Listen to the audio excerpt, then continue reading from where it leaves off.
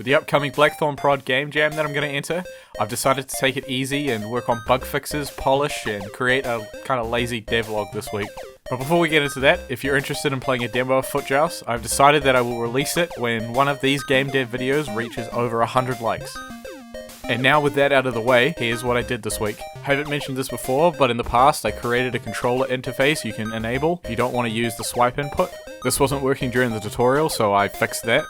I also updated the HUD for the gameplay to give it a fresh new look and make displaying revival crosses less confusing. Before it just showed you how many you had left, now it displays how many you have left in your inventory in this section of the HUD. And this one over here will display how many you have collected during gameplay. You won't be able to use any of the ones you pick up until the end of the run.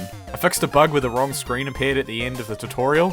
This was caused by implementing the new system to take revival crosses into a game from your inventory. I then made it so that you can now have an unlimited amount of crosses when in the tutorial, instead of the fixed 999 from before. There's also this bug where the crate would just land on the coin during spawning and just tip over. The crate now destroys the coin underneath it.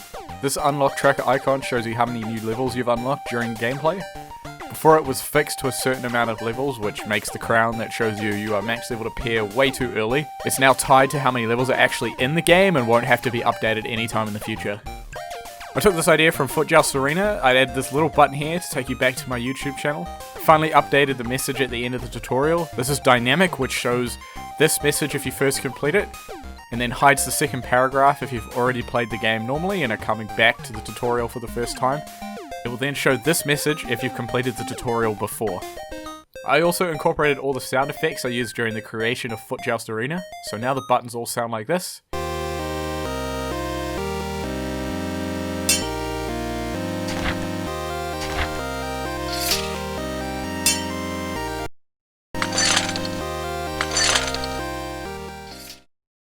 I then recreated the random selection between 3 different hit effects, and then added this little coin sound pickup.